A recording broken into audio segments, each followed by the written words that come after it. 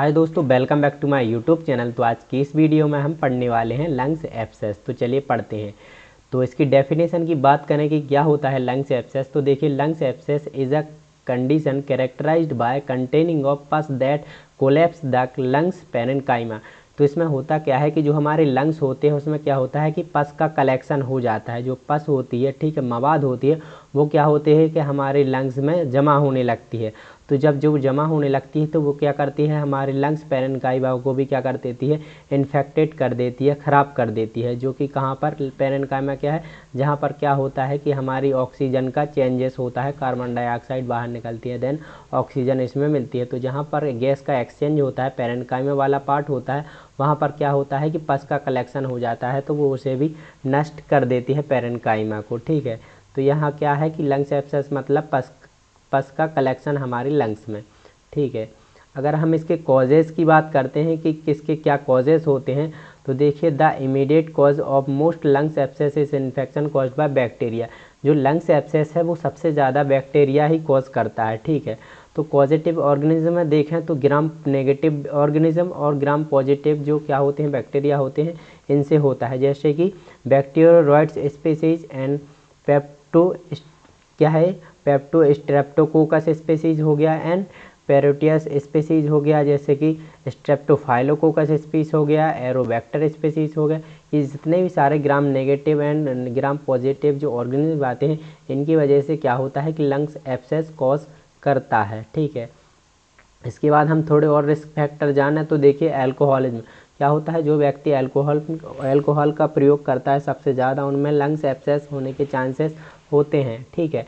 And seizure disorder मतलब झटके आना, फटेग आती है, जो इसको फटेग आती है उस कारण से, ठीक है।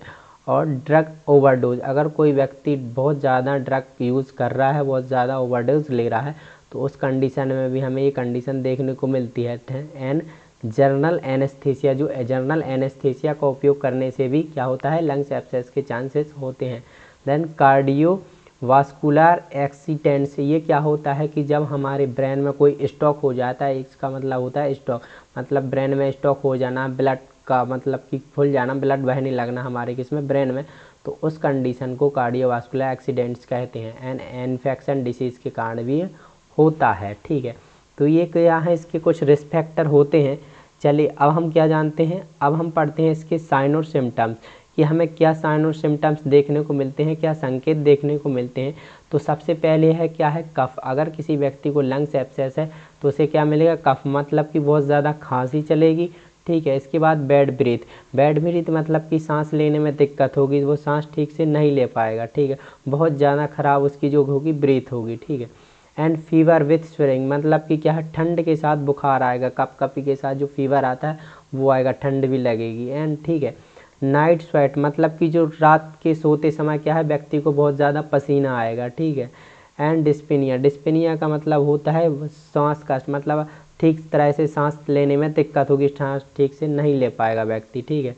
एंड इसके बाद क्या है, weight loss and fatigue, weight loss होगा एंड थकान होगी, बहुत ज़्यादा जो वेट लॉस होता है और थकान सी महसूस होगी, ठीक है। उसके बाद है चेस्ट पेन, अगर लंग्स एब्सेस हुआ है, कहाँ पर, लंग्स पर ही क्या है, इन्फेक्शन हो गया है, एब्सेस हो गया, तो चेस्ट पेन मोस्टली होगा ही, ठीक है। एंड समटाइम एनीमिया, समटाइम कभी कभी क्या हो सकता है, एनीमिया की कंडीशन भी हमें देखने को मिल सकती है। एंड निमोनिया भी देखने को मिल सकता है। एंड डिक्रीज ब्रीथिंग साउंड मतलब कि जो सांस की आवाज़ हो जाएगी, वो सांस मतलब सॉरी जो हम बोलते हैं आवाज़ होती है वो कम हो जाएगी, डिक्रीज हो जाएगी, ठीक है। सांसों की आवाज़ कम हो जाएगी, ठीक है। देन इसके बाद क्या है, एनोरेक्सिया का मतलब ये है कि भूख नहीं लगेगी, ठीक है, भूख ना लगना, ठीक है। ये क्या होता है, एनोरेक्सिया का मतलब भूख ना लगना।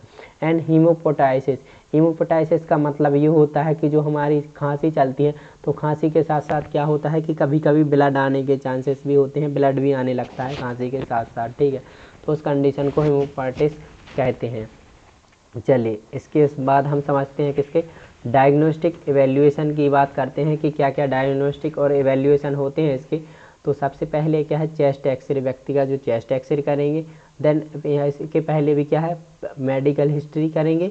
एंड फिजिकल एग्जामिनेशन करेंगे सबसे पहले। तो क्या है, मेडिकल हिस्ट्री, पेशेंट की present medical history, past medical history collect करेंगे। देन उसके बाद फिजिकल एग्जामिनेशन करेंगे। एंड थर्ड हम क्या करेंगे, चेस्ट एक्सरे करेंगे, सीटी स्कैन होता है वो करेंगे, यूएसजी करेंगे, ब्लड कल्चर टेस्ट होता है वो करेंगे, सेप्टम कल्चर टेस्ट होता है वो कर लेंगे, एंड प्लूरल फ्लूइड एनालिसिस करेंगे, एंड ब्रोंकोस्कोपी करेंगे। जो स्कोप होता है ब्रोंकोस्कोपी वो भी हम करेंगे, ठीक है। देन इसके बाद हम मैनेजमेंट की बात करते हैं कि क्या क्या मैनेजमेंट करेंगे। तो सबसे पहले हमारा गोल होगा टू रिलीव द पेन, हमें जो पेन होता है व्यक्ति को वो रिलीव कराना है। एंड टू ड्रेनेज और रिमूव द फ्लूइड, अगर कोई बहुत ज़्यादा फ्लूइड हो जाता है तो क्या करना है, हमें उसे रिमूव करना है, ठीक है, remove the fluid. And to prevent the infection, हमें जो भी इन्फेक्शन होते हैं उससे क्या करना है, प्रिवेंट करना है। एंड टू फ्रंट कॉम्प्लिकेशन, जो भी हमने कॉम्प्लिकेशन देखे उनको क्या करना है, प्रिवेंट करना है।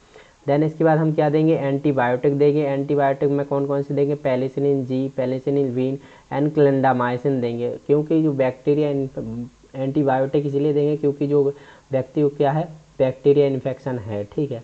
इसके बाद क्या है, lungs abscess is serious condition, patient need quiet and bed rest. अगर व्यक्ति को लंग्स एब्सेस में बहुत ज़्यादा सीरियस कंडीशन है, मतलब कि बहुत ज़्यादा कंडीशन में हो गया है लंग्स एब्सेस, तो उसमें क्या करेंगे, हम व्यक्ति को आराम दिलाएंगे, क्योंकि बेड रेस्ट की सलाह देंगे, ठीक है। एंड इसके बाद क्या है, चेस्ट फिजियोथेरेपी की जाती है, एंड नेबुलाइजेशन करेंगे, एंड ऑक्सीजन थेरेपी भी हम पेशेंट को देंगे, जैसे क्या है, लंग्स एब्सेस है।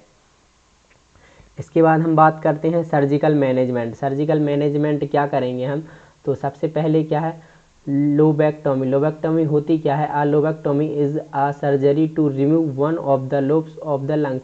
क्या होता है, लंग्स के जिस पार्ट में क्या हो, अगर लंग्स के किसी भी लोब में, जिस वाले लोब में क्या हो गया है, पस का फॉर्मेशन हो गया, पस कलेक्शन हो गया, तो उस वाले लोब को क्या कर देंगे, हम रिमूव कर देंगे। तो उस कंडीशन को हम क्या बोलते हैं, लेबेक्टोमी बोलते हैं, ठीक है। एंड क्या है, न्यूमोनेक्टोमी। इसमें होता क्या है कि लंग्स को ही रिमूव कर दिया जाता है। अगर बहुत ज़्यादा मात्रा में लंग्स अफेक्टेड हो गए हैं, बहुत ज़्यादा कंडीशन में ख़राब हो चुके हैं, तो उस कंडीशन में होता क्या है इसमें कि लंग्स को ही रिमूव कर दिया जाता है हमारी बॉडी से। तो ये क्या है, सर्जिकल मैनेजमेंट। तो thank you for watching my video. अगर वीडियो पसंद आए हो तो हमारे चैनल को लाइक एंड सब्सक्राइब जरूर करें। Thank you.